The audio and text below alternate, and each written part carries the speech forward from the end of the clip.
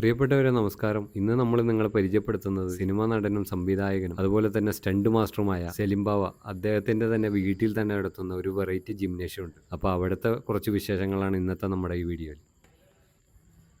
Hello, നമസ്കാരം. നമസ്കാരം. തിരക്കിലാണോ? തിരക്ക് കുഴപ്പമില്ല. നോമ്പ് തുറന്ന സമയമാണല്ലോ. അപ്പൊ നോമ്പൊക്കെ ആയിട്ട് നമുക്ക് വർക്കൗട്ടിന് ഇതില്ലല്ലോ. ഇല്ല, നോമ്പായിട്ട് നമ്മൾ വെയിറ്റ് എടുക്കാതിരുന്നത് ലേറ്റ് ആയിട്ട് എക്സസൈസ് ഒക്കെ ചെയ്യാം. ഒന്നുമില്ല. അപ്പൊ അത് ഒന്നും കൂടി ഗുണകരമാണ്. നോമ്പൊക്കെ തുറന്നിട്ട് പിള്ളേർ കുറെ പേര് വരാറുണ്ട്. പൊതുവെ കാലാവസ്ഥ ഭയങ്കര ചൂടും കാര്യങ്ങളൊക്കെ ആണല്ലോ. അപ്പൊ അതിൻ്റെതായ ഒരു ക്ഷീണമുണ്ട്. പിന്നെ മറ്റ് നമ്മുടെ എല്ലാ പിള്ളേരും ഉണ്ട് ഇവിടെ. നോമ്പുള്ള പിള്ളേർ കുറവാണ്. അപ്പൊ നമുക്ക് ഇത് ഒരുപാട് പേര് എക്സസൈസ് ഒക്കെ ചെയ്യാൻ ആഗ്രഹിക്കുന്ന ഒരുപാട് പേരുണ്ട്. ഒരുപാട് പേര് ബോഡി ബിൽഡപ്പ് ചെയ്യാൻ ആഗ്രഹിക്കുന്ന ആൾക്കാരുണ്ട്. ജിം എന്ന് ഉദ്ദേശിക്കുന്നത് ശരിക്കും എന്താണ്? എത്ര നാളത്തെ പരിചയം, എങ്ങനെയാണ് ഇതിന്റെ തുടക്കം? ജിമ്മ് എന്ന് പറഞ്ഞാൽ ഇതൊരു ഫാക്ടറി പോലെയാണ്. അതായത് ആരോഗ്യ പരിപാലന പരിശീലന കേന്ദ്രം. അതാണ് ജിം. അതായത് അസുഖമില്ലാത്ത ശരീരത്തെ വാർത്തെടുക്കുന്ന ഫാക്ടറിയാണ് ജിമ്മിന്റെ അർത്ഥം. പക്ഷെ പലരും തെറ്റിദ്ധരിക്കപ്പെട്ടിരിക്കുകയാണ്. പലരും ധരിച്ചു വെച്ചേക്കുന്നത് ജിം എന്ന് പറഞ്ഞാൽ മസ്കുലർ ഭയങ്കര അതല്ല. അസുഖമില്ലാത്ത ശരീരം, ഷോർട്ട് ലൈഫ് അല്ല, ലോങ് ലൈഫ് ഉണ്ടാക്കാൻ വേണ്ടിയുള്ള സംവിധാനമാണ് ജിമ്മിൽ പോകുക എന്നുള്ളത്. അതായത് എല്ലാവരും, സ്ത്രീയും പുരുഷനും, 1 മണിക്കൂർ അല്ലെങ്കിൽ 1.5 മണിക്കൂർ ദിവസവും ഇത് ജിമ്മിൽ വർക്കൗട്ട്, ജിമ്മിൽ അല്ലെങ്കിൽ വീട്ടിലായാലും ഫ്രീ എക്സസൈസ് ആയാലും ചെയ്തിരിക്കുന്ന ഉള്ളതാണ്. അതാണ് ജിമ്മിനെ കുറിച്ച് നമുക്ക് പറയാനുള്ളത്. ഏകദേശം സെലിംക എത്ര നാളുകളായി ഈ ഫീൽഡിലേക്ക് വന്നിട്ട്? അതിനെ കുറിച്ച് ഞാൻ എൻ്റെ ഫാദർ കളരി ഗുരുക്കളാണ്. അപ്പോൾ അദ്ദേഹത്തിൻ്റെ ശിക്ഷണത്തിൽ ഒരു 8-9 വയസ്സ് മുതൽ കളരി അഭ്യാസം പഠിച്ചു. അപ്പോൾ ആ കാലഘട്ടത്തിൽ തമിഴ്നാട്ടിലായിരുന്നു. അവിടെ ജിമ്മിൽ ഒരു 10 വയസ്സൊക്കെ ജിമ്മിൽ പോയിട്ടുണ്ട്. പിന്നെ നമ്മുടെ നാട്ടിൽ ജിമ്മ്, ഞാനിപ്പോൾ സ്വന്തമായിട്ട് ഒരു ജിമ്മ് സ്ഥാപനം നടത്തി തുടങ്ങിയിട്ട് ഇപ്പോൾ 44-45 വർഷമായി. ഞാൻ അങ്ങനെ മുടങ്ങാറില്ല, റെഗുലറായിട്ട് എക്സസൈസ് ചെയ്യുന്നതാണ്. പക്ഷേ ഈ ജിമ്മ് നടത്തുന്ന ഒരു സാമ്പത്തിക ലാഭം പ്രതീക്ഷിച്ചല്ലാന്ന് കേട്ടായിരുന്നു. അപ്പോൾ അതിനെക്കുറിച്ച് ജിമ്മിൻ്റെ ഒരു സംഭവം എന്ന് പറഞ്ഞാൽ ശരിക്കും നന്നായിട്ട് ജിമ്മ് നടത്തുന്നവർക്ക് ഒരു നേട്ടമില്ല. ശരിക്കും പറഞ്ഞിട്ടുണ്ടെങ്കിൽ ഇതൊരു സഹായം എന്ന നിലക്ക്, നമ്മൾ ഒരു ചാരിറ്റി എന്ന നിലക്കാണ് ജിമ്മ് നടത്തിക്കുന്നത്. നമുക്ക് സാമ്പത്തിക ലാഭം എനിക്ക് സത്യത്തിൽ ഈ ജിമ്മ് നടത്തിയിട്ടില്ല. പിന്നെ നമുക്ക് വേറെ പല ഇതൊക്കെ ഉള്ളവരുണ്ട്, അങ്ങനെ അഡ്ജസ്റ്റ് ചെയ്യും. പിന്നെ ഞാൻ എൻ്റെ ഒരു ഫാഷനാണ് ജിമ്മ്. ഭക്ഷണം മാതിരിയാണ് ജിമ്മ്. അതാണ് നമ്മൾ കണ്ടത്. അതായത് നമ്മൾ ഭക്ഷണം കഴിക്കുന്ന മാതിരി തന്നെ ജിമ്മിലും വർക്കൗട്ട് ചെയ്യണം. ഒരു ദിവസം ചെയ്താൽ അല്ലെങ്കിൽ 2 ദിവസം ചെയ്ത് 3 ദിവസം ചെയ്യുന്ന സംഭവമല്ല. ഇന്ന് ജീവിച്ചിരിക്കുന്ന അതുവരെ ചെയ്യാൻ പറ്റിയൊരു സംവിധാനമാണ് ജിമ്മെന്ന് ഉദ്ദേശിക്കുന്നത്. ജിമ്മെന്ന് ഉദ്ദേശിക്കുന്നത് പറഞ്ഞാൽ ആരോഗ്യ പരിപാലന പരിശീലനം. അതാണ് എല്ലാവരും മനസ്സിലാക്കേണ്ട ഒരു കാര്യം. നമ്മൾ ആദ്യകാലത്തൊക്കെ നമ്മൾ ജിമ്മിൽ വരുന്നത് ഭയങ്കര പാഷനായിട്ട് കരുതിയിരിക്കുന്ന ഒരു സമയം ഉണ്ടാകും. പാഷൻ എന്ന് പറഞ്ഞാൽ ഭയങ്കര ഇൻട്രസ്റ്റോട് കൂടി നമുക്ക് ആദ്യം നടത്തുന്ന സമയത്ത് ഉള്ള അനുഭവങ്ങൾ ഉണ്ടല്ലോ. പല ആൾക്കാർ അന്നൊന്നും നമുക്ക് ഈ പ്രോട്ടീൻ പൗഡർ അങ്ങനെയുള്ള സാധനങ്ങളൊന്നും ഇല്ലാത്തൊരു സമയമായിരുന്നല്ലോ. അങ്ങനെ ഒരു കാലഘട്ടമായിരുന്നു. പിന്നെ ആ കാലഘട്ടമൊക്കെ മാറി. പിന്നെ അന്നത്തെ ഒരു എന്ന് പറഞ്ഞാൽ അന്ന് എല്ലാവർക്കും ബുദ്ധിമുട്ടാണ്. വീട്ടിലെ ഫുഡൊക്കെയാണ് കഴിച്ചുകൊണ്ടിരുന്നത്. ദാരിദ്ര്യത്തിൻ്റെ ഒരു 80 കാലഘട്ടമൊക്കെ അങ്ങനെയാണ്. 80-ന് ശേഷമാണ് ഇന്ത്യയിൽ പൊതുവെ ദാരിദ്ര്യം കുറഞ്ഞു വന്നത്. അപ്പോൾ അത് ഇപ്പോൾ ഉള്ള ജനറേഷൻ ഇപ്പോൾ എല്ലാ സൗകര്യങ്ങളുമായി. അപ്പോൾ പിന്നെ ഈ സിനിമ മറ്റു പല ആർട്ടിസ്റ്റുകളെ കണ്ട് അവരെ അനുകരിച്ച് പെട്ടെന്ന് ബോഡി വരുത്താൻ വേണ്ടി പ്രോട്ടീൻ പൗഡർ പല ജിമ്മുകളും അതിനെ പ്രൊമോട്ട് ചെയ്യുന്നുണ്ട്. അത് ഇത് ഈ പ്രോട്ടീൻ പൗഡറിൽ തന്നെ നല്ലതും ചീത്തയുണ്ട്. പക്ഷെ ഇത് ആളുകൾക്ക് ഇത് തിരിച്ചറിയാൻ പറ്റില്ല. പിന്നെ കോമ്പറ്റീഷനിൽ പങ്കെടുക്കണമെങ്കിൽ പ്രോട്ടീൻ കഴിച്ചാലാണ് മസിൽ ഫോം ചെയ്യുള്ളൂ. അപ്പോൾ അത് ഒരു ശാശ്വതമായ പരിഹാരമല്ല. നമ്മളത് കാരണം നമ്മൾ അതിന് പ്രൊമോട്ട് ചെയ്യാറില്ല. നമ്മൾ ആരോഗ്യം നിലനിർത്താൻ വേണ്ടിയാണ് പിള്ളേരുടെ അടുത്തൊക്കെ എല്ലാവരുടെയും ഇത് പറഞ്ഞു കൊടുക്കാറ്. എക്സസൈസ് ചെയ്യുക, നമ്മുടെ വീട്ടിലെ ഫുഡ് കഴിക്കുക, ഭക്ഷണം എന്ത് കഴിക്കുക, പക്ഷെ അതിനൊരു ലിമിറ്റ് വേണം. ഏത് ഭക്ഷണം നമുക്ക് കഴിക്കുക, ഇന്നത് കഴിക്കാൻ പാടില്ല എന്നല്ല, ഏത് ഭക്ഷണം കഴിക്കുക. പക്ഷെ അത് കുറച്ച് ഭക്ഷണം കഴിക്കുക, കുറച്ച് ഭക്ഷണം, കൂടുതൽ ലൈഫ്. പിന്നെ കോള, സോഡ, അങ്ങനെയുള്ള മറ്റേ ഈ ഫാസ്റ്റ് ഫുഡ്, ഇങ്ങനെയുള്ള സാധനങ്ങളൊക്കെ ഒഴിവാക്കാം. മദ്യം, മയക്കുമരുന്ന് ഇതൊക്കെ ഒഴിവാക്കാം. ബാക്കി നമ്മൾക്ക് അനുവദിക്കപ്പെട്ട എല്ലാ ഭക്ഷണങ്ങളും ക്വാണ്ടിറ്റി കുറച്ച് കഴിച്ചാൽ ഒരു പ്രശ്നമില്ല.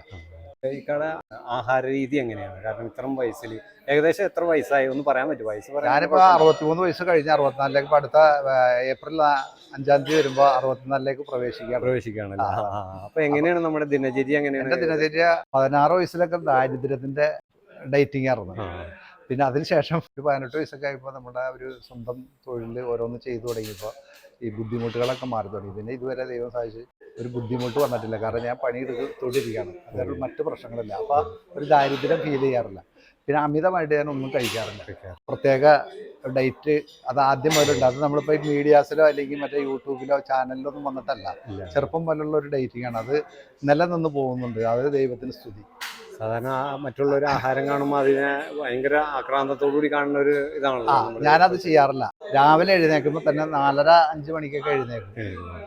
അപ്പോൾ ആ സമയത്ത് പ്രാഥമിക കർമ്മങ്ങളൊക്കെ കഴിഞ്ഞ് വെള്ളം കുടിക്കുന്നത് അത് വർഷങ്ങളായിട്ട് ചെയ്തുകൊണ്ടിരിക്കുക. അത് എൻ്റെ ഫാദർ തന്നെ എന്നെ പഠിപ്പിച്ചതാണ്.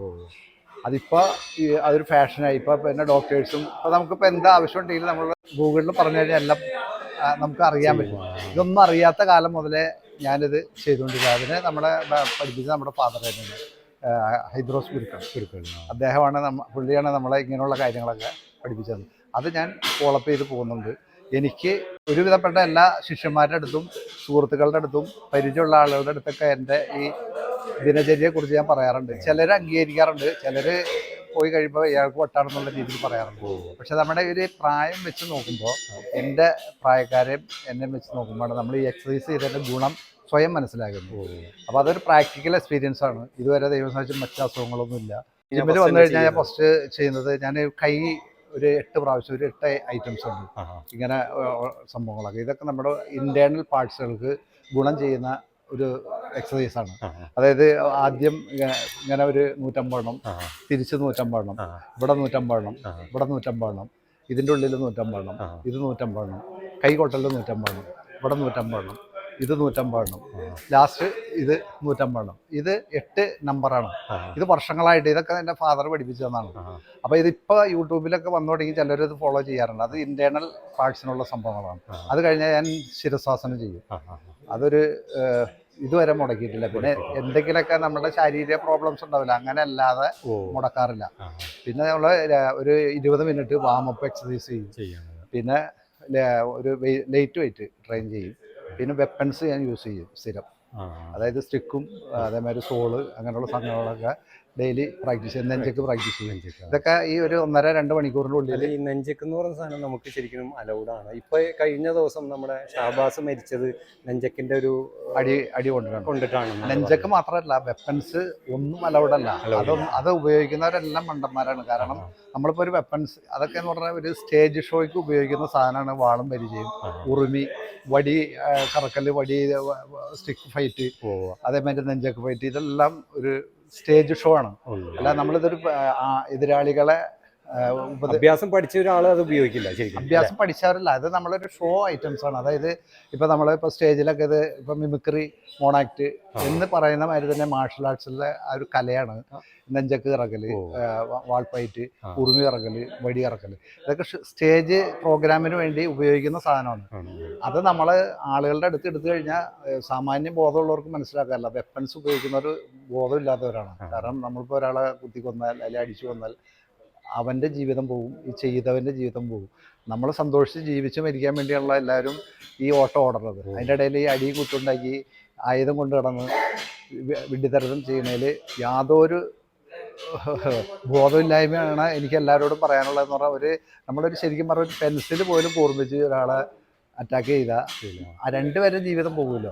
അത് നമ്മൾ ചിന്തിച്ച് ജീവിക്കണമെന്നാണ് എനിക്ക് എല്ലാ യുവാക്കളുടെ അടുത്തും എല്ലാവരുടെ അടുത്തും പറയാനുള്ളത്. പിന്നെ നമ്മൾ ഈ അഭ്യാസം പഠിപ്പിക്കുക എന്ന് പറഞ്ഞാൽ അത്യാവശ്യം ഇങ്ങനെയുള്ള സാധനങ്ങൾ പഠിപ്പിച്ചാലാണ് ഈ ക്ലാസ്സിൽ പിള്ളേർ വരുള്ളൂ. ഇതൊക്കെ കണ്ടാലാണ് ഇതൊക്കെ ഈ കളരി ക്ലാസ് അല്ലെങ്കിൽ കരാട്ടെ ക്ലാസ് അല്ലെങ്കിൽ കുംഫു ക്ലാസ്സിലേക്ക് അല്ലെങ്കിൽ നമ്മൾ കിക്ക് ബോക്സ് ക്ലാസ്സിലേക്ക് ആകർഷണത്തിന് വേണ്ടിയാണ് ഇത്തരത്തിലുള്ള വെപ്പൺസ് ഉപയോഗിക്കുന്നത്.